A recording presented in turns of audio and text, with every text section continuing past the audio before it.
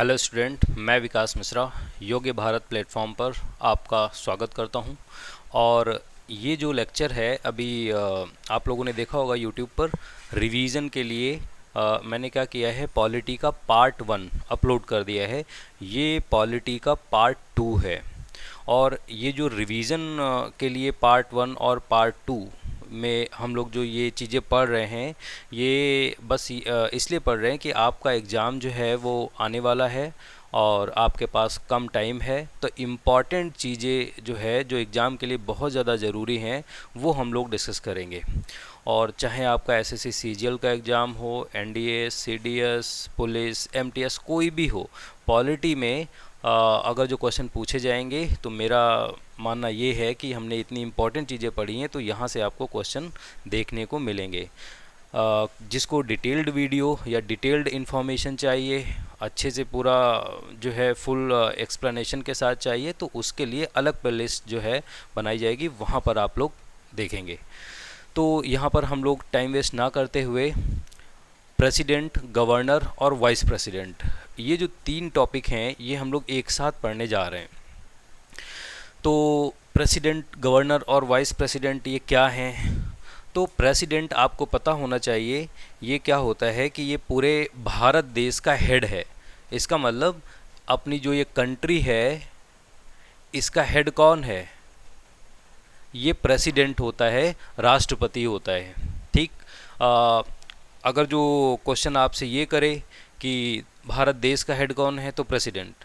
भारत देश का constitutional head कौन है, संवैधानिक प्रधान कौन है, तब भी कौन है? प्रेसिडेंट।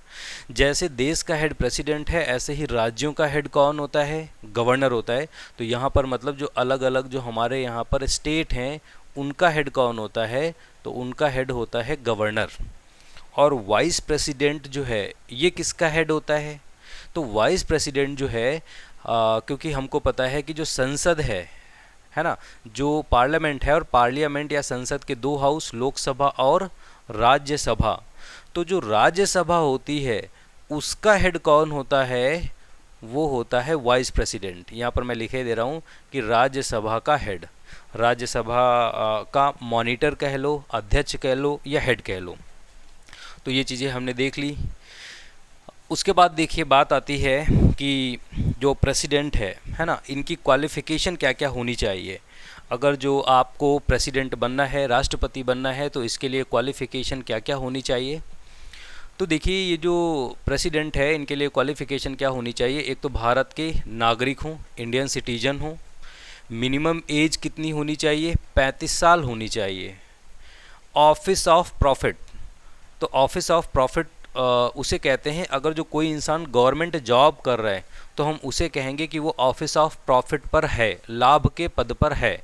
लेकिन यहाँ पर क्रॉस लगाना है आपको। इसका मतलब प्रेसिडेंट जो है वो गवर्नमेंट जॉब नहीं कर सकता, ऑफिस ऑफ प्रॉफिट पर नहीं होना चाहिए, गवर्नमेंट जॉब करने वाला नहीं होना चाहिए। उसके बाद पार्लियामेंट और स्टेट लेजिस्लेचर का मेंबर भी यहाँ पर भी लगाना है क्रॉस, नहीं होना चाहिए।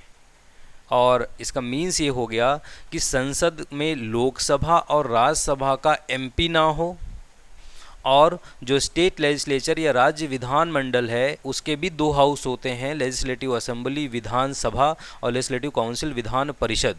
तो लेजिस्लेटिव असेंबली का एमएलए भी ना हो, विधायक भी ना हो, और लेजिस्लेटिव काउंसिल का एमएलसी या विधान पार्षद भी ना हो, मेंबर नहीं होना चाहिए।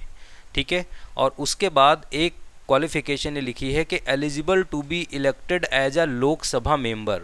ये लाइन लिख के उन्होंने ये कह दिया है कि भाई इतनी चीज़ें तो होनी चाहिए, और लोकसभा का एमपी बनने के लिए जितनी योग्यताएं होती हैं वो सारी राष्ट्रपति के अंदर होनी चाहिए। ठीक है। और देखो इंटरेस्टिंग बात है, लोकसभा का एमपी बनने वाली योग्यताएं होनी चाहिए, लेकिन लोकसभा का एमपी होना नहीं चाहिए वो। ठीक। तो ये वाली क्वालिफिकेशन हो गई 1 2 3 4 5। अब देखिए ये जो गवर्नर है, गवर्नर की क्वालिफिकेशन क्या है। तो यहाँ पर अभी मैं ये हेड जो है ये पॉइंट मिटाता हूँ। गवर्नर की जो क्वालिफिकेशन है बिल्कुल सेम। तो यहाँ पर देखिए गवर्नर की जो क्वालिफिकेशन है बिल्कुल सेम, का मतलब ये है कि गवर्नर भी इंडिया का सिटीजन होना चाहिए, बिल्कुल सही बात। मिनिमम एज कितनी होनी चाहिए? 35 साल होनी चाहिए। ऑफिस ऑफ प्रॉफिट पे नहीं होना चाहिए, ठीक है। और गवर्नर के लिए भी पार्लियामेंट और स्टेट लेजिस्लेचर का मेंबर नहीं होना चाहिए। ये चार की चारों एज इट इज़ हैं, ठीक। तो वाइस प्रेसिडेंट बनने के लिए योग्यताएं कौन कौन सी होनी चाहिए? बिल्कुल चारों कट कॉपी पेस्ट कर दो।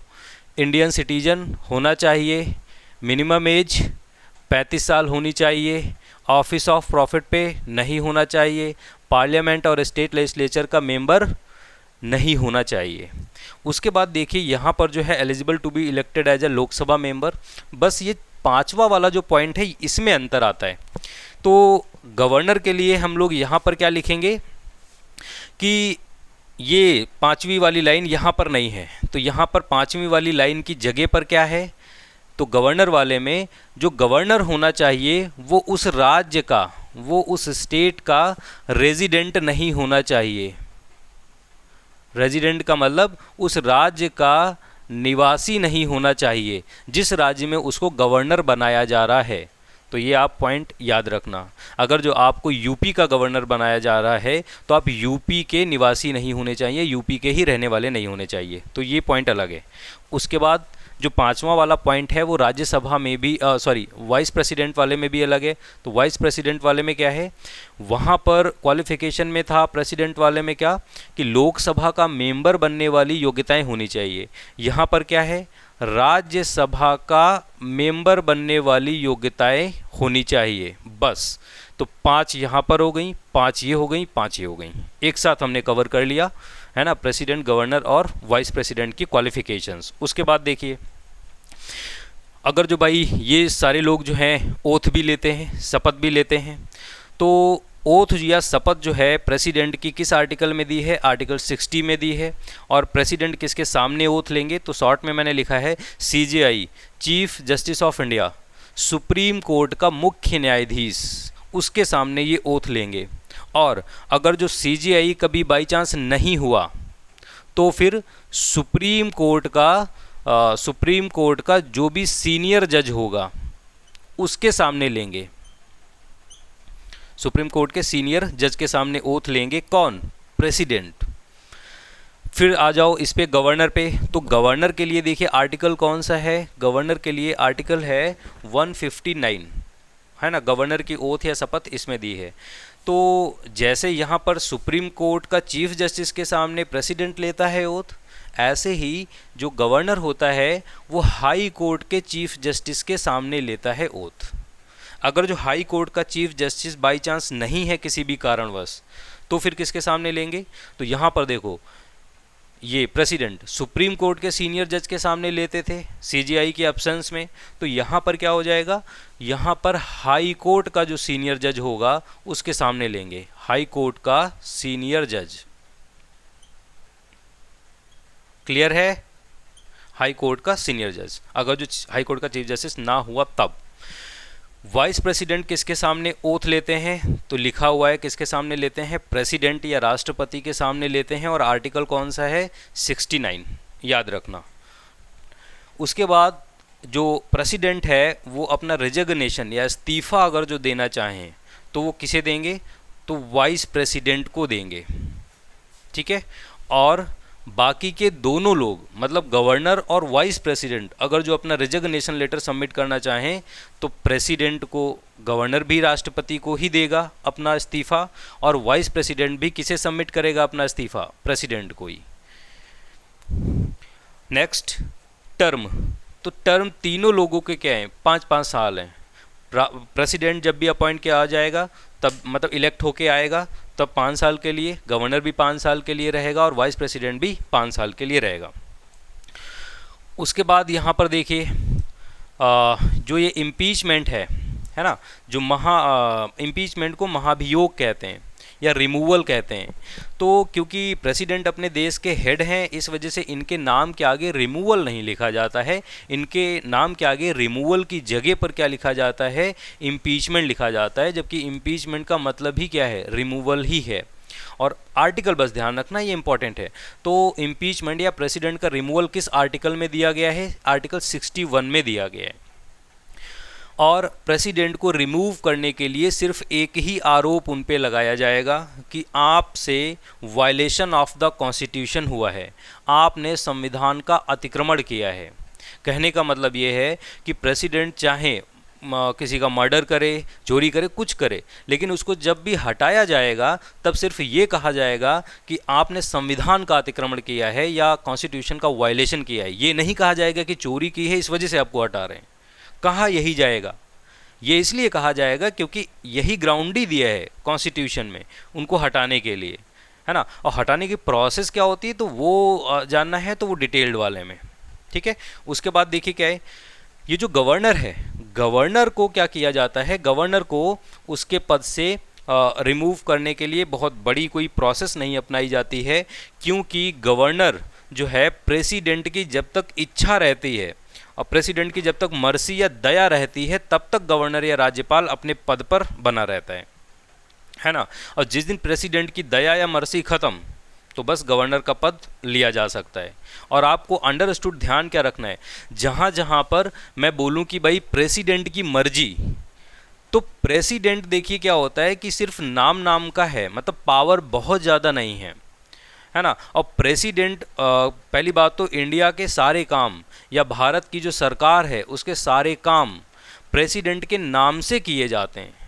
नाम तो प्रेसिडेंट का होगा लेकिन उसके पीछे एडवाइस या सलाह देने के लिए कौन है, पीएम, प्राइम मिनिस्टर, या यूँ कह लें काउंसिल ऑफ मिनिस्टर, पूरे के पूरी मंत्री परिषद, जितने मंत्री होते हैं, लेकिन मंत्रियों का हेड क्योंकि पीएम होता है तो हम ये कह सकते हैं कि प्रेसिडेंट को एडवाइस या सलाह कौन देता है, वो देता है पीएम। तो जैसे कि हमने अभी ये कहा कि गवर्नर जो है, गवर्नर तब तक अपने पद पर रहेगा जब तक राष्ट्रपति की दया होगी, और इसका मतलब आपको ये समझना है कि जब तक पीएम की दया होगी, है ना, क्योंकि पीएम ही बोलेगा प्रेसिडेंट से कि सर ऐसा कीजिए, इनको पद से हटा दीजिए, ठीक है। तो यहाँ पर जो है जब तक प्रेसिडेंट की मर्जी या यूं कह लें कि पीएम की मर्जी रहेगी तब तक ये रहेंगे अपने पद पर। वाइस प्रेसिडेंट को भी रिमूव किया जाता है, और वाइस प्रेसिडेंट का जो रिमूवल है, जैसे वहाँ पर इम्पीचमेंट था ऐसे इनको भी रिमूव किया जाता है वाइस प्रेसिडेंट को। और वाइस प्रेसिडेंट का जो रिमूवल है वो दिया गया है आर्टिकल 67 में। लेकिन ये वाला पॉइंट आप लोग चाहे ध्यान रखें चाहे ना ध्यान रखें, है ना, 67 वाला, लेकिन ये वाला आर्टिकल आपको ध्यान रखना है 61। और जैसे कि अभी हमने बात की थी कि प्रेसिडेंट जो है आर्टिकल 52 में दिया गया है कि भाई भारत का एक राष्ट्रपति होगा, ऐसे ही गवर्नर किस में दिया गया है, आर्टिकल 153 में, 153 में। लेकिन यहाँ पर बस एक चीज़ और ध्यान रख सकते हो, तो ये भी ध्यान रख लो कि 153 में जो है ओरिजिनल वाले कॉन्स्टिट्यूशन में ये लिखा था कि हर राज्य के लिए एक राज्यपाल होगा, लेकिन बाद में इस आर्टिकल में अमेंडमेंट किया गया और ये लिख दिया गया कि अब एक ही व्यक्ति 2 या 2 से अधिक राज्यों का राज्यपाल नियुक्त किया जा सकता है। इसका मतलब एक ही पर्सन 2 या 2 से अधिक स्टेट्स का गवर्नर एक साथ बन सकता है, अकॉर्डिंग टू आर्टिकल 153। और वाइस प्रेसिडेंट का आर्टिकल कौन सा है, तो आर्टिकल 63 है। तो ये सारी बातें हम लोगों ने की, अब इसको मिटा के नेक्स्ट पे हम लोग चलते हैं।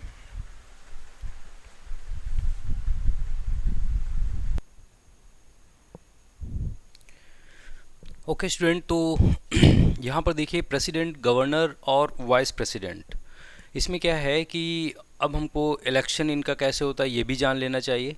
तो प्रेसिडेंट का जो इलेक्शन है वो, उसमें देखो वोट कौन कौन डालेगा। तो पहली बात तो प्रेसिडेंट इनडायरेक्ट इलेक्ट होता है, और इनडायरेक्ट का मतलब हम लोग सीधे वोट नहीं करते हैं, हम लोग किसी को वोट करेंगे, वो लोग जाके प्रेसिडेंट को वोट करेंगे। तो इलेक्शन कैसा हो गया, इनडायरेक्ट हो गया, अप्रत्यक्ष हो गया, ये ध्यान रखना। तो यहाँ पर देखिए कि इनका इलेक्शन होगा कैसे, तो सारे के सारे इलेक्टेड वाले मेंबर वोट डालेंगे, ये ध्यान रखना, चुने हुए सदस्य वोट डालेंगे। कहाँ कहाँ के इलेक्टेड या चुने हुए सदस्य, एक तो पार्लियामेंट के, मतलब संसद के जो दोनों हाउस हैं, लोकसभा और राज्यसभा के एमपी, वो भी चुने वाले, वो वोट डालेंगे, ठीक है। और राज्यों में भी 2 हाउस होते हैं, लेजिस्लेटिव असेंबली विधानसभा और लेजिस्लेटिव काउंसिल विधान परिषद। तो ध्यान रखना, लेजिस्लेटिव काउंसिल या विधान परिषद वाले वोट नहीं डालते हैं। सिर्फ यहाँ पर मैंने क्या लिखा है, लेजिस्लेटिव असेंबली, राज्यों में जो विधानसभा होगी वहाँ के मेंबर वोट डालेंगे, और उनको हम बोलते क्या हैं, उनको एमएलए बोलते हैं या विधायक बोलते हैं। तो इसका मतलब राज्य या यूटी हो, और देखिए हमारे यहाँ पर 3 यूटी ऐसे हैं, 3 यूटी। पहली बात तो 28 जो राज्य हैं, 28 के 28 जो राज्य हैं वहाँ पर लेजिस्लेटिव असेंबली या विधानसभा होती है, ठीक है। तो 28 के 28 जो 28 जो स्टेट हैं, तो वहाँ की लेजिस्लेटिव असेंबली वाले लोग वोट डालेंगे। और हमारे यहाँ पर टोटल 8 यूटी हैं, जिसमें से 3 यूटी ऐसी हैं जहाँ पर एमएलए होते हैं, या यूँ कह लें लेजिस्लेटिव असेंबली होती है। और वो 3 यूटी कौन कौन से हैं, दिल्ली, पुदुचेरी और जम्मू एंड कश्मीर।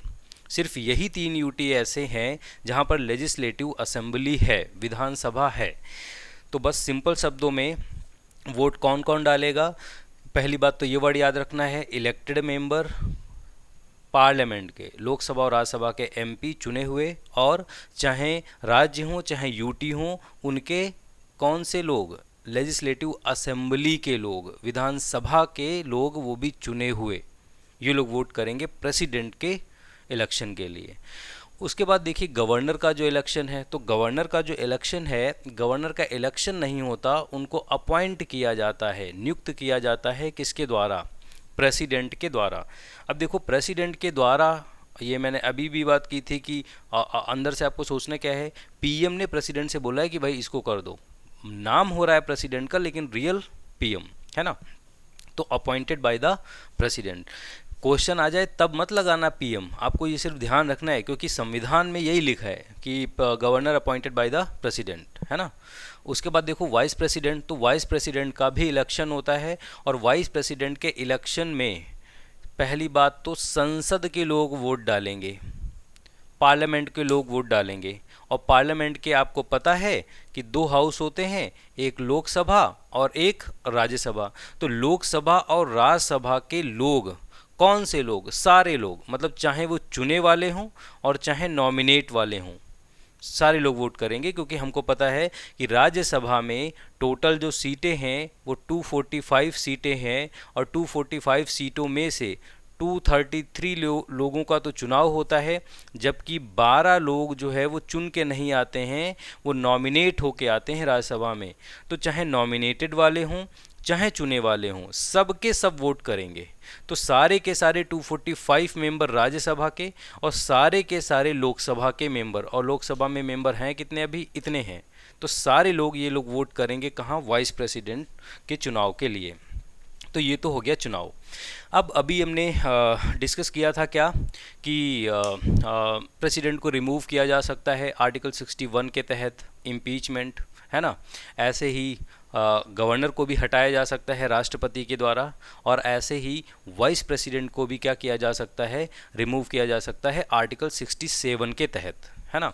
तो अगर जो प्रेसिडेंट को रिमूव कर दिया गया, तो क्योंकि प्रेसिडेंट देश के हेड हैं, और देश के हेड होने के साथ साथ क्योंकि भारतीय सरकार के सारे काम इनके नाम से होते हैं, तो अगर जो ये हट गए तो फिर काम कैसे होंगे, तो फिर प्रेसिडेंट का पद बहुत ज़्यादा देर तक खाली नहीं रखा जाता है, क्योंकि सारे काम ही फिर रुक जाएंगे। तो प्रेसिडेंट अगर जो अपने पद से हट गया है, उसने इस्तीफ़ा दे दिया है, उसकी डेथ हो गई है या उसका इम्पीचमेंट हो गया है, किसी भी कारणवश अगर जो पद से हट गया है, तो फिर टेम्परेरी तौर से वाइस प्रेसिडेंट प्रेसिडेंट बन जाएगा, या यूं कह लें एक्टिंग प्रेसिडेंट के रूप में, कार्यवाहक राष्ट्रपति के रूप में उपराष्ट्रपति काम करने लगेगा, तब तक जब तक नया प्रेसिडेंट चुन ना लिया जाए। और यदि किसी भी प्रेसिडेंट हो चाहे वाइस प्रेसिडेंट, ये जो मैं लाइन बोलने जा रहा हूँ ये सबके लिए याद रखना है, अगर जो कोई भी अपने पद से हटाया जा रहा है, तो जो है मैक्सिमम 6 महीने के अंदर अंदर चुनाव करवाना ज़रूरी होता है। तो यदि प्रेसिडेंट हटता भी है, डेथ हो जाए या कुछ हो जाए, इस्तीफ़ा दे दे, तो 6 महीने के अंदर अंदर नया प्रेसिडेंट आपको चुनना ही पड़ेगा। लेकिन वो जो 6 महीने का टाइम है, जब तक प्रेसिडेंट का चुनाव वगैरह होगा तब तक क्या पद खाली रहेगा? नहीं, तब तक वाइस प्रेसिडेंट काम करेंगे। और यदि वाइस प्रेसिडेंट भी ना हो किसी भी कारणवश, तो फिर कौन? सुप्रीम कोर्ट का जो सीजेआई है, चीफ जस्टिस ऑफ इंडिया है, वो एक्टिंग प्रेसिडेंट के रूप में, टेम्परेरी प्रेसिडेंट के रूप में काम करेगा। क्या कभी ऐसा हुआ है कि सीजेआई ने काम किया हो प्रेसिडेंट के रूप में, टेम्परेरी प्रेसिडेंट के रूप में? तो ऐसा एक बार हुआ है, और वो हुआ है 1969 में। 1969 में ये घटना घटी, और 1969 में क्योंकि जाकिर हुसैन जो थी प्रेसिडेंट थे, इनकी डेथ हो गई, इनकी मृत्यु हो गई। और उस टाइम पर वीवी गिरी वाइस प्रेसिडेंट थे, इन्होंने रिज़ाइन कर दिया, अपना इस्तीफ़ा दे दिया। तो वाइस प्रेसिडेंट भी नहीं, प्रेसिडेंट भी नहीं, तो उस टाइम पर जो सीजेआई थे वो थे मोहम्मद हिदायतुल्ला, और इन्होंने क्या किया था? प्रेसिडेंट के रूप में काम किया था। ऐसा एक ही बार हुआ है, ठीक है। उसके बाद क्या, अगर जो गवर्नर की डेथ हो जाए या इस्तीफ़ा दे दे तब क्या होगा? तब भाई देखिए, गवर्नर अगर जो इस्तीफ़ा अपना दे दे या इनकी डेथ वगैरह हो जाए, तब क्योंकि राज्य के सारे काम, राज्य सरकार के सारे काम गवर्नर के नाम से किए जाते हैं, जैसे प्रेसिडेंट के द्वारा किए जाते हैं। पूरे देश में भारत सरकार के काम किसके नाम से किए जाते हैं? प्रेसिडेंट के नाम से। ऐसे ही राज्य सरकार के काम गवर्नर के नाम से किए जाते हैं। तो फिर अगर जो गवर्नर ना हो तो फिर कौन आ जाएगा पद को संभालने के लिए? अब देखो, यहाँ पर वाइस प्रेसिडेंट जैसी कोई पोस्ट ही नहीं है, वाइस गवर्नर जैसी कोई पोस्ट है ही नहीं राज्यों में। तो फिर सीधे कौन आ जाएगा? जैसे वहाँ पर सीजेआई जाता था, सुप्रीम कोर्ट का जज, यहाँ पर हाई कोर्ट का जो चीफ जस्टिस है वो बन जाएगा टेम्परेरी गवर्नर, जब तक गवर्नर, नया गवर्नर को अपॉइंट नहीं कर दिया जाता तब तक। फिर देखिए क्या है कि ये जो वाइस प्रेसिडेंट हैं, है ना, वाइस प्रेसिडेंट क्योंकि राज्यसभा के हेड होते हैं। अब राज्यसभा के अगर जो हेड हैं, अगर जो बाई चांस वाइस प्रेसिडेंट ना हो, तो राज्यसभा के हेड होने के नाते वाइस प्रेसिडेंट का सिर्फ एक काम है, वो राज्यसभा की कार्यवाहियाँ या प्रोसीडिंग्स चलाएंगे बस, और कोई भी काम वाइस प्रेसिडेंट के पास नहीं होता है। तो राज्यसभा की जो कार्यवाहियाँ या प्रोसीडिंग है वो वाइस प्रेसिडेंट के द्वारा चलाई जाती हैं। अब अगर जो ये नहीं हो, तो राज्यसभा में इनसे नीचे भी एक होता है deputy chairperson of Rajya Sabha, Rajya Sabha का उपसभापति। तो वो तब तक क्या करेगा? राज्यसभा का हेड बन जाएगा। यहाँ पर हम ये नहीं कहते हैं कि डेप्यूटी चेयरपर्सन ऑफ राज्यसभा का जो है वो वाइस प्रेसिडेंट बन गया, नहीं, वाइस प्रेसिडेंट नहीं बनता है, वो राज्यसभा का हेड बन जाता है ना। तो राज्यसभा के हेड के रूप में ये जो है डेप्यूटी चेयरपर्सन ऑफ राज्यसभा या राज्यसभा के उप सभापति ये काम संभाल लेते हैं। लेकिन ध्यान रखना, ये वाइस प्रेसिडेंट नहीं बनते हैं, है ना, पर राज्यसभा के हेड बन जाते हैं। तो यहाँ पर आपको इतनी बातें क्लियर हैं। अब देखिए क्या आगे जो है लेक्चर बढ़ेगा, और आगे बढ़ेगा तो अब वाइस प्रेसिडेंट मैं नहीं लिखूँगा, क्योंकि अब हम लोगों को पढ़नी है पावर्स, शक्तियाँ। और मैंने अभी अभी बताया कि वाइस प्रेसिडेंट के पास कोई पावर है ही नहीं, क्योंकि इनका मेन काम है राज्यसभा की बैठकें चलाना, बस वहीं तक सीमित है। जबकि पावर इनके पास है, गवर्नर के पास है राज्यों के संदर्भ में, और प्रेसिडेंट के पास है पूरे देश के संदर्भ में। तो सिर्फ अब हम लोग जो लिखेंगे वो प्रेसिडेंट लिखेंगे और गवर्नर लिखेंगे, वाइस प्रेसिडेंट कंप्लीट हो गया है ना। तो वाइस प्रेसिडेंट अब नहीं लिखेंगे, ठीक है। आगे हम लोग बढ़ते हैं।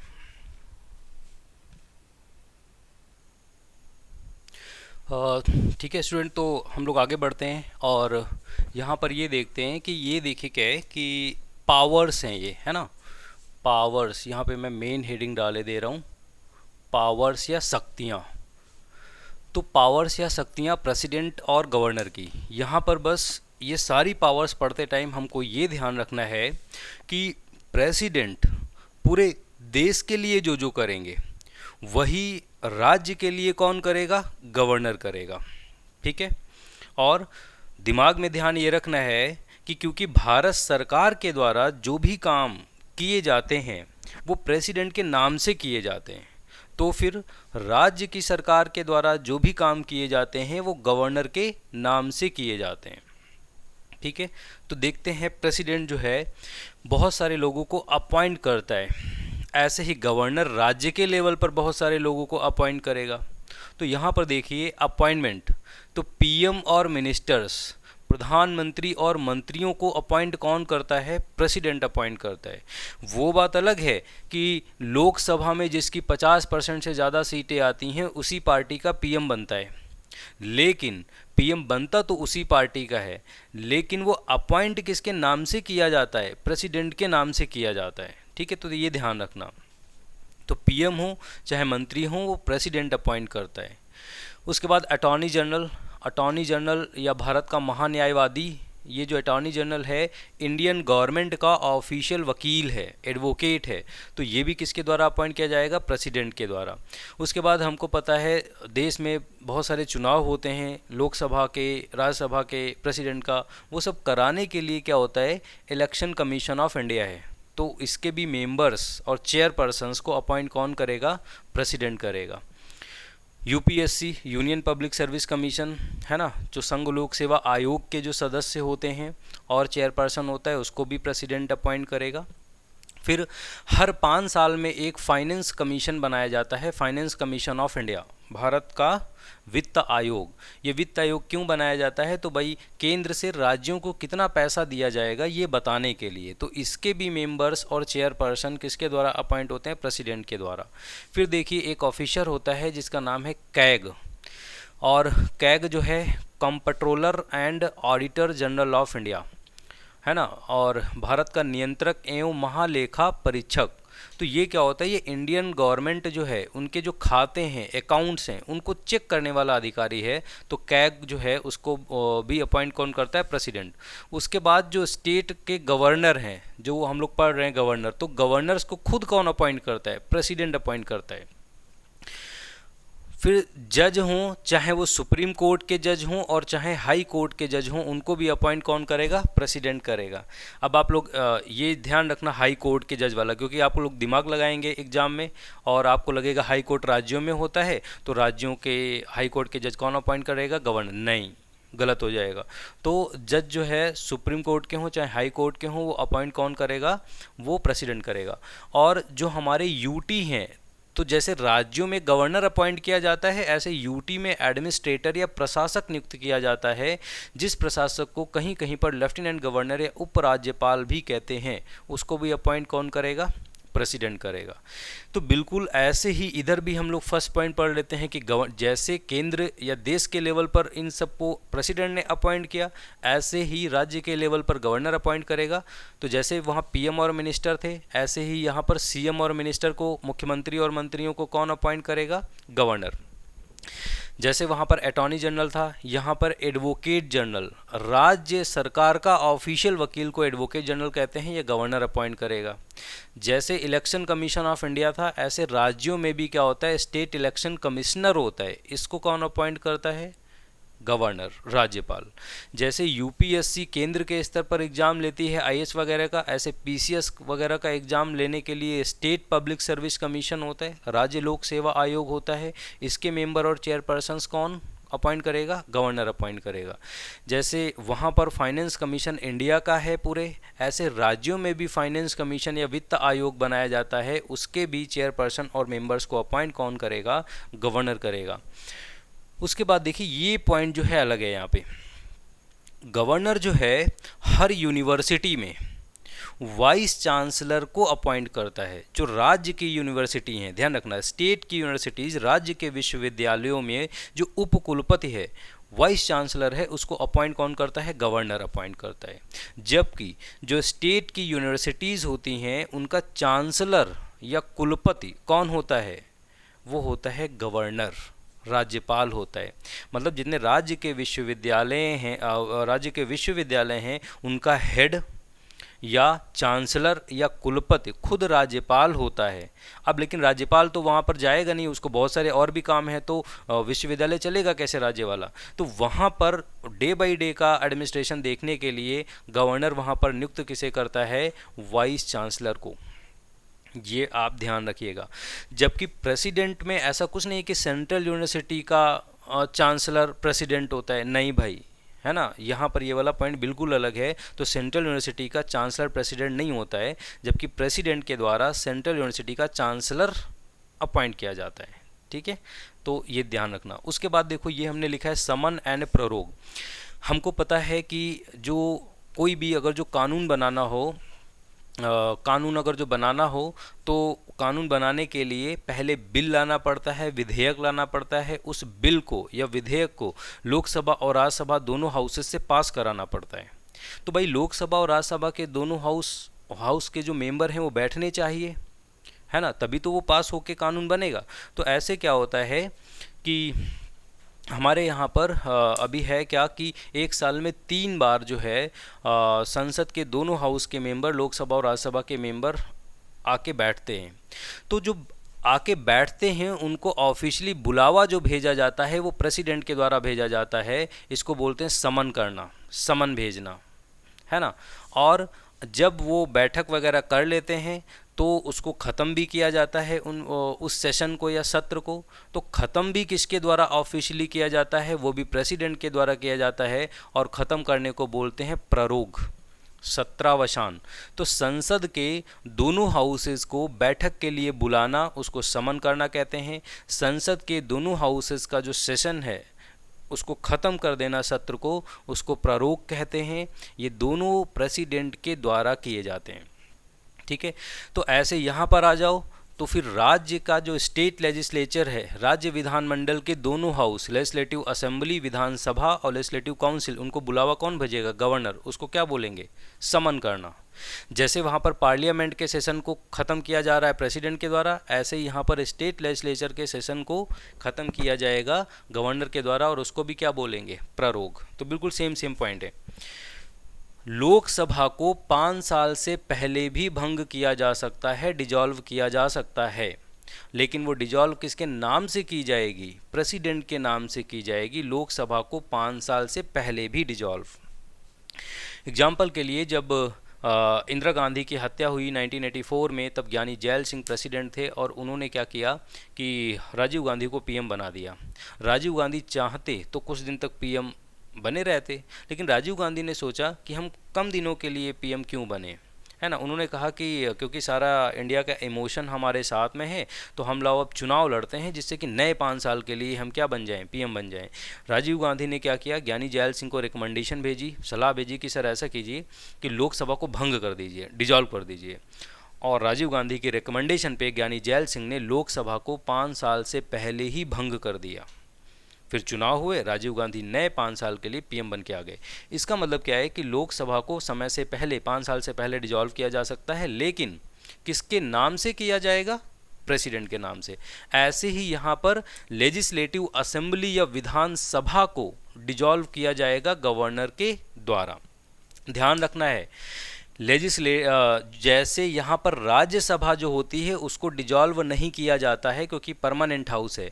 ऐसे ही यहाँ पर मतलब राज्यों में जो लेजिस्लेटिव काउंसिल या विधान परिषद होती है वो परमानेंट हाउस होती है, उसको डिजॉल्व नहीं किया जाता है। तो ये पॉइंट कंप्लीट हो गया। फिर क्या होता है कि कुछ लोगों को चुनाव नहीं लड़ना पड़ता है संसद में, उनको नॉमिनेट किया जाता है, मनोनीत किया जाता है। तो ऐसे 12 मेंबर, 12 एमपी राज्यसभा के लिए नॉमिनेट किए जाते हैं प्रेसिडेंट के द्वारा, राष्ट्रपति के द्वारा। लेकिन क्या सभी को कर दिया जाएगा, नहीं। ऐसे 12 लोग किए जाएंगे जिनको इन 4 में से किसी भी फील्ड में स्पेशल नॉलेज हो। आपको साहित्य, लिटरेचर बहुत अच्छा आता हो, या आपको विज्ञान बहुत अच्छी आती हो, या आप किसी आर्ट या कला से जुड़े हैं। अब इस आर्ट या कला में स्पोर्ट्स भी आ जाएगा, बॉलीवुड भी आ जाएगा, है ना। और या आप किसी समाज सेवा से या सोशल सर्विस से जुड़े हों। यदि इन 4 में से किसी भी फील्ड में आपको स्पेशल नॉलेज है तो आपको 12 एमपी के रूप में नॉमिनेट किया जा सकता है राज्यसभा में प्रेसिडेंट के द्वारा, ठीक है।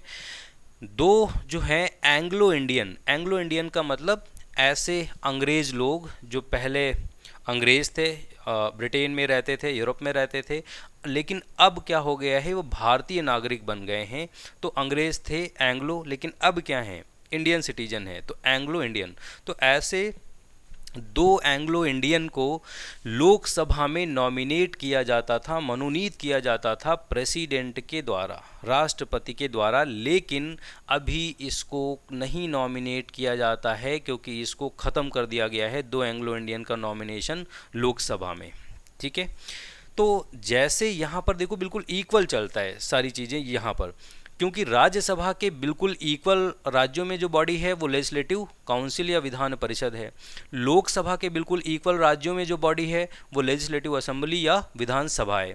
तो वहाँ पर 12 मेंबर राज्यसभा के लिए प्रेसिडेंट अपॉइंट करता था, यहाँ पर 1/6 मेंबर कहाँ के लिए, लेजिस्लेटिव काउंसिल के लिए गवर्नर अपॉइंट करता है, विधान परिषद के लिए। वहाँ पर 4 फील्ड में स्पेशल नॉलेज होना चाहिए था, यहाँ पर भी भाई वो 4 की चारों field as it is, literature, science, art, social service, बस एक एक्स्ट्रा है यहाँ पर, ये ध्यान रखना एक्स्ट्रा वाली, और ये है कोऑपरेटिव मूवमेंट, कोऑपरेटिव मूवमेंट, सहकारी आंदोलन, ये एक एक्स्ट्रा है, ठीक है। और जैसे वहाँ पर 2 एंग्लो इंडियन को नॉमिनेट किया जाता था, ऐसे यहाँ पर 1 एंग्लो इंडियन को नॉमिनेट किया जाता था लेजिस्लेटिव असेंबली या विधानसभा के लिए। लेकिन इस एंग्लो इंडियन का नॉमिनेशन डिलीट कर दिया गया है 104th कॉन्स्टिट्यूशनल अमेंडमेंट एक्ट के द्वारा, जो कि किया गया था 2020 में। और उसी 104th के द्वारा यहाँ पर भी 2 एंग्लो इंडियन का नॉमिनेशन भी हटाया गया था। उसके बाद देखिए, प्रेसिडेंट को एक पावर दी गई है जिसको बोलते हैं ऑर्डिनेंस या अध्यादेश। इसका आर्टिकल आप लोग ध्यान रखेंगे जरूर से, आर्टिकल 123 है, ठीक है, 123। ऑर्डिनेंस क्या होता है? तो देखिए, ऑर्डिनेंस क्या होता है, ये एक्ट विदाउट पास होता है, बिना पारित किया हुआ अधिनियम होता है या कानून होता है। क्योंकि हमको पता है कि कोई कानून बनाना हो तो संसद के दोनों हाउसेस से हमको पास कराना पड़ेगा, तब वो जाके कानून बनेगा। लेकिन ऑर्डिनेंस अब बाई चांस बहुत ज़रूरी है कानून बनाना, लेकिन उस टाइम पर लोकसभा और राज्यसभा नहीं बैठे हैं, बहुत ज़रूरी है कानून बनाना, तो क्या कानून नहीं बनेगा? तो फिर इसी सिचुएशन के लिए प्रेसिडेंट के हाथ में एक पावर दी गई कि आप ऑर्डिनेंस जारी कर देना। ऑर्डिनेंस का मतलब ही होता है एक्ट विदाउट पास, बिना पारित किया हुआ कानून है। इसकी ताकत उतनी ही है जितना नॉर्मल कानून की होती है, और ऑर्डिनेंस की जो पावर है वो आर्टिकल 123 में है। ऐसे ही क्या होता है कि राज्यों के स्तर पर ऑर्डिनेंस कौन जारी कर सकता है? गवर्नर जारी कर सकता है, और इसका भी आर्टिकल ध्यान रखना, आर्टिकल 213। उसके बाद नेक्स्ट पे हम लोग चलते हैं जुडिशियल पावर, है ना, न्यायिक शक्तियाँ। तो प्रेसिडेंट का ये वाला आर्टिकल, ये जितने हैं ये इंपॉर्टेंट हैं, ये ध्यान रखना, जितने भी आर्टिकल मैंने यहाँ पर लिखे हैं। तो प्रेसिडेंट क्या करता है, आर्टिकल 143 में ये दिया गया है कि प्रेसिडेंट जब भी किसी कानून के क्वेश्चन पर फंस जाए, तब वो सुप्रीम कोर्ट से एडवाइस ले सकता है या सलाह ले सकता है। ये एक पावर है, इसको जुडिशियल पावर में गिनते हैं, न्यायिक शक्ति में गिनते हैं, है ना, प्रेसिडेंट की। उसके बाद आर्टिकल 72 एक दिया गया है, 72 दिया गया है। इसमें क्या है, इसमें पार्डनिंग पावर है, या इसको हिंदी में बोलते हैं क्षमादान की शक्ति, ठीक है, क्षमा करने की शक्ति। और ये क्षमादान की शक्ति क्या है? तो क्षमादान की शक्ति जो है ये है कि अगर जो बाई चांस आप क्या करें कि जैसे कि आपका केस डिस्ट्रिक्ट कोर्ट में चल रहा है, डिस्ट्रिक्ट कोर्ट में आपको मृत्युदंड की सज़ा दे दी गई, ठीक है, आपने उसकी अपील की हाई कोर्ट में, हाई कोर्ट ने भी जो है मृत्युदंड की सज़ा बरकरार रखी, आपने अपील की सुप्रीम कोर्ट में, सुप्रीम कोर्ट ने भी कहा भाई इनका काम तो ऐसा है, इनको मृत्युदंड ही दिया जाएगा। अब आपके पास सिर्फ एक ऑप्शन बचा है कि प्रेसिडेंट के पास अर्जी डाल दें माफ़ी की, कि कुछ भी करें, हमको या तो माफ़ कर दें या तो सज़ा कम कर दें, कुछ भी कर दें। तो वो जो प्रेसिडेंट आपको माफ़ करता है, उसकी पावर लिखी कहाँ है कि वो आपको माफ़ करेगा? वो लिखी है आर्टिकल 72 में, पार्डनिंग पावर, क्षमादान की शक्ति। तो जैसे इधर न्यायिक शक्तियाँ कुछ हैं, न्याय करने की शक्तियाँ हैं, जुडिशियल पावर है, ऐसे ही गवर्नर में जुडिशियल पावर है। लेकिन ध्यान रखना, जैसे यहाँ पर आर्टिकल 143 लिखा था कि प्रेसिडेंट जो है वो क्या कर सकता है, सुप्रीम कोर्ट के जज से सलाह ले सकता है। यहाँ पर ऐसी कोई पावर नहीं है कि गवर्नर हाई कोर्ट के जज से सलाह ले सके, ना, तो ये पावर नहीं है। लेकिन जैसे वहाँ पर पार्डनिंग पावर है, क्षमा करने की शक्ति, ऐसे ही आर्टिकल 161 ध्यान रखना, यहाँ पर है गवर्नर के पास भी आप अर्जी डाल सकते हैं क्षमा करने की। लेकिन कब? यदि राज्य के कानून के तहत आपको कोई सज़ा मिली हुई है, तब आप अर्जी कहाँ डाल सकते हैं? गवर्नर के पास डाल सकते हैं, और गवर्नर आर्टिकल 161 के तहत आपको क्षमा कर सकता है। उसके बाद देखिए आर्टिकल 108, 108, और 108 क्या कहता है? 108 ये कहता है कि joint sitting of both the houses of parliament. तो इसको हम लोग समझ लेते हैं, पावर को मिटा के यहाँ पर हम लोग समझते हैं। तो देखो है क्या कि अगर जो ये संसद है, बाई चांस संसद के दो हाउस हैं, लोकसभा है और राज्यसभा है, हमको पता है कोई कानून तभी बनता है जब उसके लिए बिल रखा जाता है, मतलब पर्चे पर लिख लिया जाता है बातें, उसको हम उस पर्चे को ही क्या बोल देते हैं, जो कानून बनाना है वो पर्चे पर पहले लिखना पड़ेगा, उस पर्चे को बोल देंगे बिल। ये बिल लोकसभा से पास होगा, राज्यसभा से पास होगा और प्रेसिडेंट क्या करेगा, प्रेसिडेंट उस पर साइन कर देगा। और जब प्रेसिडेंट उस पर अपने साइन कर देता है तभी वो चीज़ क्या बन जाती है, तभी वो बन जाती है एक्ट या कानून। तो तीन लोग जरूरी हैं, लोकसभा, राज्यसभा और प्रेसिडेंट। तीनों में से कोई भी अगर जो एक नाराज है तो कानून नहीं बन पाएगा। अब सपोज करके देखो, लोकसभा और राज्यसभा के बीच में बाई चांस कुछ डिस्प्यूट है, विवाद है, लोकसभा ने बिल को पास कर दिया, राज्यसभा पास ही नहीं कर रही है, तब तो कानून बन नहीं पाएगा। या राज्यसभा ने पास कर दिया, लोकसभा नहीं पास कर रही है, तब भी कानून नहीं बन पाएगा। अगर जो ऐसी सिचुएशन है तब प्रेसिडेंट के पास एक पावर है कि लोकसभा और राज्यसभा के मेंबर्स को, दोनों लोगों को पुरानी वाली संसद के बीच में एक हॉल बना है जिसको सेंट्रल हॉल कहते हैं। प्रेसिडेंट दोनों लोगों को, मतलब लोकसभा के मेंबर और राज्यसभा के मेंबर को इस हॉल में बुलाएगा, साथ साथ बैठाएगा। तो साथ साथ बैठाया ना, इसी को क्या बोलते हैं, ज्वाइंट सिटिंग। और इकट्ठे ही उनके सामने बिल रखेगा कि भाई इसको या तो नेग्लेक्ट कर दो, खारिज कर दो, या तो पास कर दो, लेकिन कुछ निर्णय जरूर लें। तो ये आर्टिकल 108 में लिखा है कि प्रेसिडेंट बुलाएगा ज्वाइंट सिटिंग पार्लियामेंट के दोनों हाउसेस की। जबकि देखिए इधर राज्यों में गवर्नर के पास ऐसी कोई पावर ही नहीं होती ज्वाइंट सिटिंग की, मतलब राज्यों के स्तर पर ज्वाइंट सिटिंग नहीं होती है। ठीक है, उसके बाद देखिए वीटो पावर। तो वीटो पावर जो है आर्टिकल 111 में दी है प्रेसिडेंट की वीटो पावर। वीटो पावर का मतलब क्या है, आर्टिकल 111, ये आर्टिकल सारे ध्यान रखने हैं, मैं बार बार बोल रहा हूँ। तो यहाँ पर बिल जब रखा गया लोकसभा में, राज्यसभा में, और प्रेसिडेंट के पास साइन होने को गया, तो प्रेसिडेंट के पास जब साइन होने को बिल जाता है तो उसके पास कई सारे ऑप्शन होते हैं। आर्टिकल 111 में दिया गया है उसके पास कितने ऑप्शन हैं। अब देखो आर्टिकल 111 के तहत अगर जो प्रेसिडेंट ने उस बिल पर साइन कर दिए, मतलब रेटिफाई कर दिया, तो फिर वो क्या बन जाएगा, वो एक्ट या कानून बन जाएगा, तब तो कोई दिक्कत नहीं। प्रेसिडेंट उसको मना भी कर सकता है का मतलब साइन करने से। अगर जो उसने मना कर दिया है तो इसको बोलते हैं एब्सोल्यूट वीटो। ठीक है, यहाँ पर मैं लिखे दे रहा हूँ एब्सोल्यूट वीटो। इसको क्या बोलते हैं, एब्सोल्यूट वीटो का यूज कर दिया है अगर जो उसने मना कर दिया है साइन करने से। उसके बाद रिकॉन्सिडरेशन का मतलब क्या है, अगर जो प्रेसिडेंट के पास बिल गया है साइन होने को, तो वो बाई चांस उसने भाई देखा बिल में और ये देखा कि ये लाइन गलत लग रही है, तो गलत लग रही है तो एक बार फिर से वो भेज सकता है संसद को कि भाई ये वाली लाइन हमको गलत लग रही है, देख लीजिए एक बार। तो रिकॉन्सिडरेशन के लिए यदि एक बार फिर से बिल वापस भेज दे, है ना, इसको बोलते हैं सस्पेंसिव वीटो। तो उसने किसका यूज कर दिया है, उसने सस्पेंसिव वीटो का यूज कर दिया है। तो ध्यान रखना सस्पेंसिव वीटो। और जब बिल जो है प्रेसिडेंट के पास जाता है साइन होने को, तो क्योंकि बिल पर ये नहीं लिखा है कि कितने दिन में साइन करना है, तो प्रेसिडेंट के पास बाई चांस बिल जाए साइन होने को और प्रेसिडेंट ना तो उसको साइन करे, रेटिफाई भी नहीं किया, उसने रिजेक्ट भी नहीं किया, उसने वापस भी नहीं भेजा, एक बार वो रख के बैठ गया है। और पीएम जब भी मिलते हैं वो कहता है ठीक है देखते हैं साइन करेंगे, देखते हैं। क्योंकि बिल पर ये नहीं लिखा है कि साइन, क्योंकि हमारे संविधान में ये नहीं लिखा है, टाइम नहीं दिया हुआ है कि वो कब साइन करेगा, कितने दिन में करेगा। अगर जो ऐसे ही वो बहाना बनाता रहे, बिल रख के बैठ जाए, तो फिर हम बोलते हैं उसने पॉकेट वीटो का यूज कर दिया है, उसने बिल को अपनी पॉकेट में डाल लिया है ना।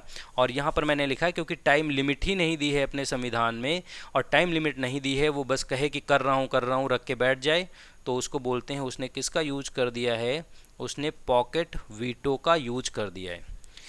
तो इसी को वीटो पावर बोलते हैं। ये आर्टिकल 111 में लिखी हैं, जो ये रेटिफाई कर सकता है, रिजेक्ट कर सकता है, रिकॉन्सिडरेशन के लिए भेज सकता है, नो टाइम लिमिट, और पॉकेट वीटो का यूज कर सकता है। ऐसे ही इधर गवर्नर के साइड में है वीटो पावर। राज्यों में जो बिल रखा जाएगा, गवर्नर साइन करेगा तभी तो वो कानून बनेगा राज्य वाला। तो गवर्नर की जो वीटो पावर है वो कहाँ पर दी है, आर्टिकल 200। तो फ्रेंड्स, स्टूडेंट, हम लोगों ने बहुत ही शॉर्ट में ये प्रेसिडेंट और गवर्नर और वाइस प्रेसिडेंट कंप्लीट किया है, और ये उनके लिए बहुत ज़्यादा बेनिफिशियल रहेगा जिनका थोड़े दिन में एग्ज़ाम आने वाला है। ये रिवीजन के पर्पज़ से वीडियो बनाया गया है ना, बहुत डिटेल्ड में नहीं बनाया गया है। डिटेल्ड में जो है वो दूसरी प्लेलिस्ट बनाई जाएगी, उसमें आप लोग इत्मीनान के साथ देखेंगे तो सारी चीज़ें आपकी क्लियर होंगी, क्योंकि यहाँ पर इंपॉर्टेंट चीज़ें कवर की गई हैं। ठीक है, थैंक यू वेरी मच।